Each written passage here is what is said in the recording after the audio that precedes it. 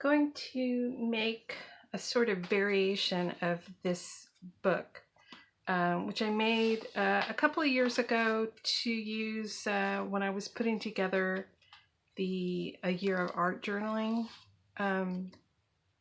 class. So it has a bunch of sample pages in it from that class. And it's just about full. I have like 2 pages left.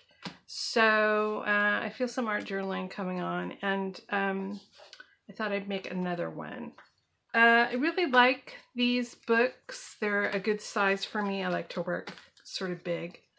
And I like working on paper bag pages, which is pretty much what you end up with these books. So what this is made from is Whole Foods bags. So I just let these bags pile up in the cabinet above my refrigerator. And when I have 5 or 6 of them, it's time to make a journal. It helps if they're all from the same company and all have the same printing on them, because that means they probably came from the same factory and the same lot, and they're pretty much the same size. But if you don't have bags that are the same size, you can always cut them down, because we're going to do a bunch of cutting before we assemble the book. So the first thing to do is take off the handles, which is pretty easy because they're not glued all that well. Surprising given the amount of weight that these bags carry, but you just peel them off. I'm going to cut the flap off, and I'm going to do that with a metal edge ruler and a craft knife with a reasonably new blade in it. So I'm just taking off the tiniest bit. So, and then we're going to flip this, which is always easier said than done. And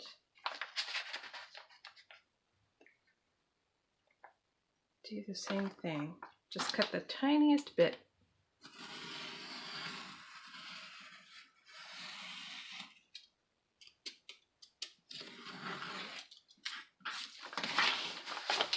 So now that flap is pretty loose. And I just want to get rid of it. So I'm going to use scissors for this part. It's easier to do with scissors than it is with a craft knife.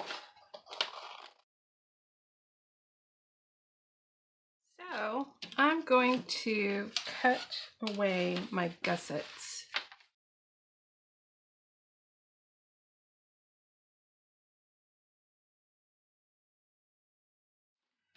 So that's my page size, and I'm probably going to fold it this way. So that's going to be the size of my book. If that's too big, you can keep cutting down smaller and smaller until you get a book that's the right size. Like, I know some people would probably prefer a book this size. You can do that.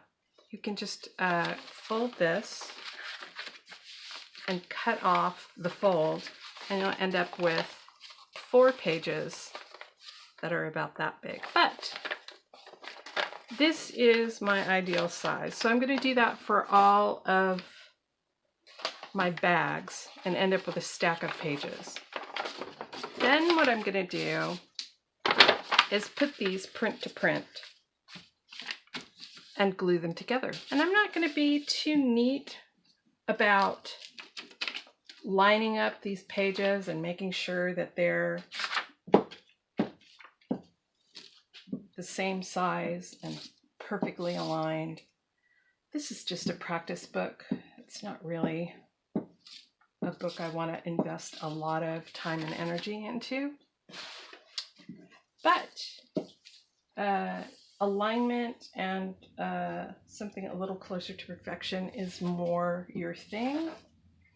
You can make your stack of pages, stack them up, and trim them down so they're all exactly the same size. Just throw them on the cutting board, slap a ruler on them, and make them all the same size. This is not something that is important to me for this book. I just want to have a book to have some fun in. So, gonna line that up as much as I can. And you can see there's a little hanging over here, and there's a little hanging over here. I don't care. And I'm gonna flip this over and brayer it. Mostly to get good contact with the glue. So you want to assemble a stack of pages just like this, back to back, glued together. And if you want more pages that are thinner, you don't have to do this gluing part, but you will end up with pages that have print on them. Some of your pages will have print on them. I would rather avoid that, so I just went ahead and glued back to back. Here's my stack of glued pages. I ended up doing 6 bags worth. And these have been drying for a little bit. So now what I'm going to do is fold them in half. And instead of folding the whole stack, I'm going to fold them one at a time. And if you have a bone folder, you can use that.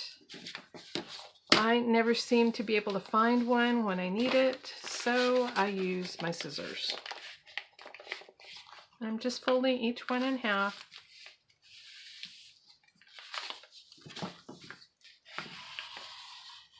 And then dragging my scissors across to get a nice crease. Here's my stack of pages, and they're stacked together so that the fold lines up. So I'm going to clamp this together so that the pages are all lined up and the folds are all in the same place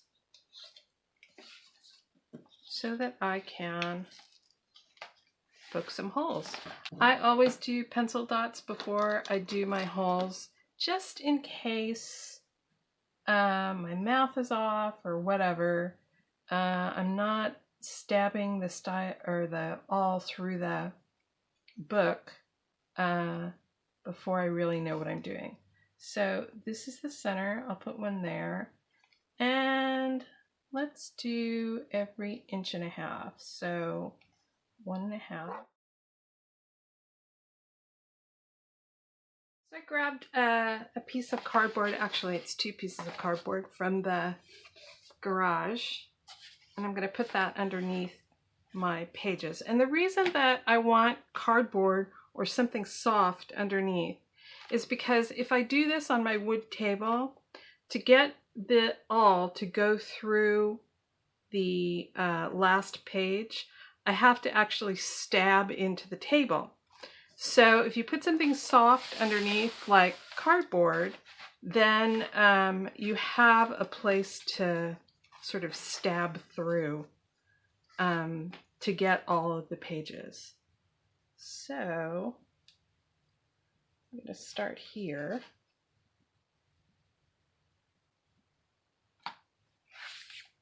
And flip it over to make sure that I'm going through the fold, which I am.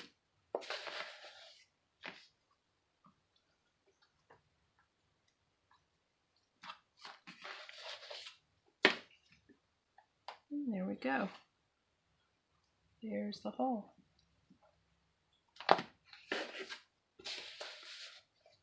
So, and now you know why I have so many clamps on this, because I'm flipping back and forth to make sure that I've got holes going in the right place.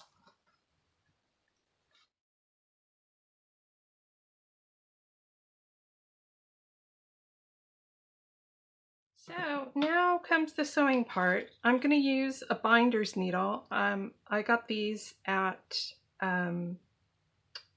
online through Books by Hand. And these are basically long needles with kind of a blunted tip and a decent sized eye.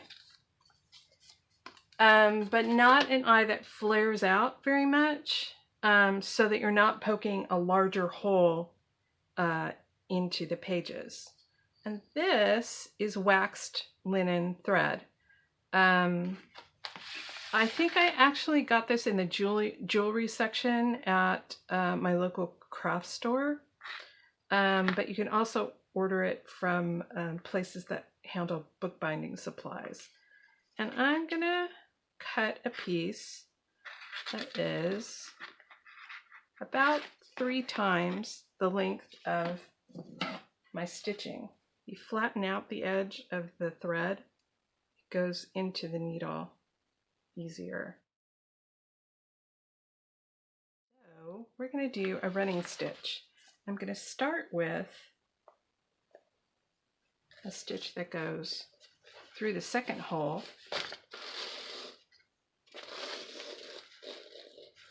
and I'm going to leave kind of a decent tail. And then up through the first hole,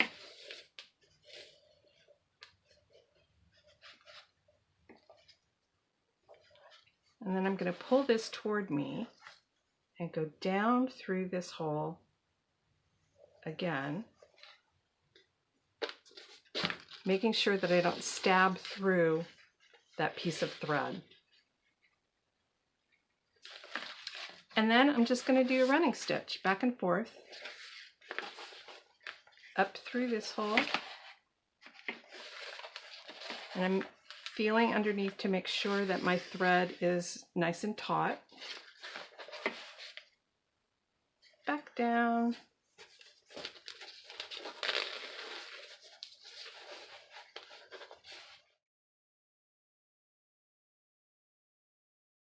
So now I'm at the last hole.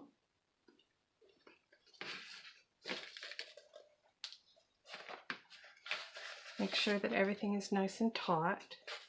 So now I'm going to go back down through this hole.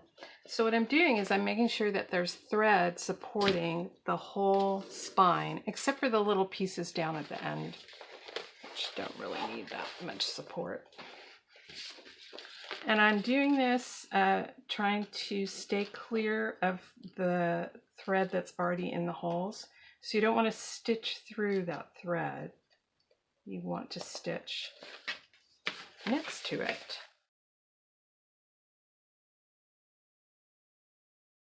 Now I'm up to that very first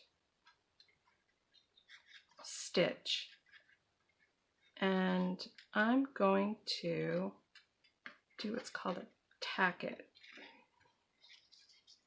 I'm going to do it with the tail. So I'm basically wrapping this thread underneath my last stitch. Just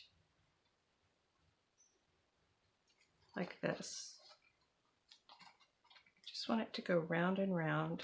And because the thread is waxed, it's kind of fusing the two pieces of thread together.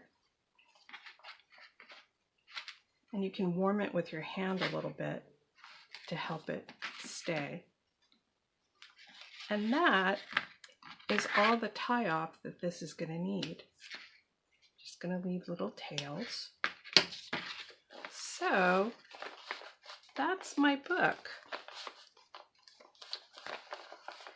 And you can leave it naked like this, but I'm going to go ahead and put a cover on it. So now's a good time to put a cover on the book. And I generally just do a paper cover. You can do another bag around it. You can do printed paper. You can do whatever you like. This one, I think I'm just going to cover over the spine. And I'm going to do that so that I can protect my stitching, because stitching on the inside is not going to really come loose, but stitching on the outside gets a lot more wear and tear. So I want to cover it over. And I saved one of the gussets from my book so that I could use it. One of the gussets from the paper bag so that I could use it on the cover. And I think I'm just going to do this and then maybe cut out one of these and put it on. That seems like a good thing to do. So there's a little bit of extra that I want to trim away. And actually, I think I'm just going to tear it away.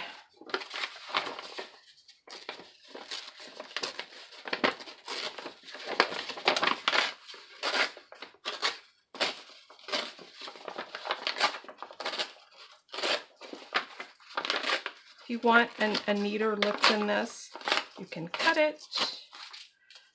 You can use tape for this. If you have patterned duct tape, this is a good use of it.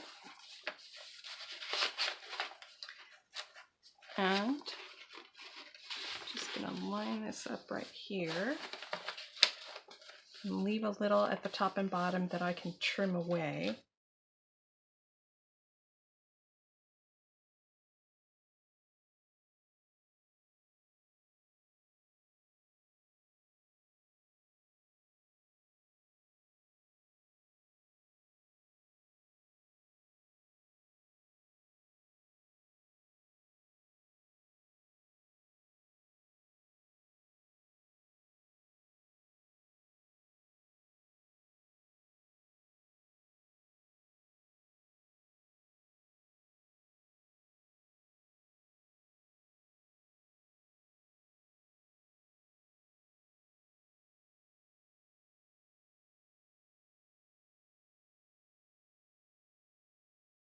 And here's my finished book. I think I might go over it with some matte medium to make sure that all this stuff stays stuck on the cover. But there we go. There's plenty of stuff for me to fill with art journal goodness. I don't know what else I have to say. Oh, this was 6 books, 6 bags, and I have 1, 2, 3, 4, 5, 6, 7, 8, 9, 10, 11 pages to fill. So you would think 6 pages would give you, or 6 bags would give you 12 pages, but you always have to subtract 1 for the front and back cover.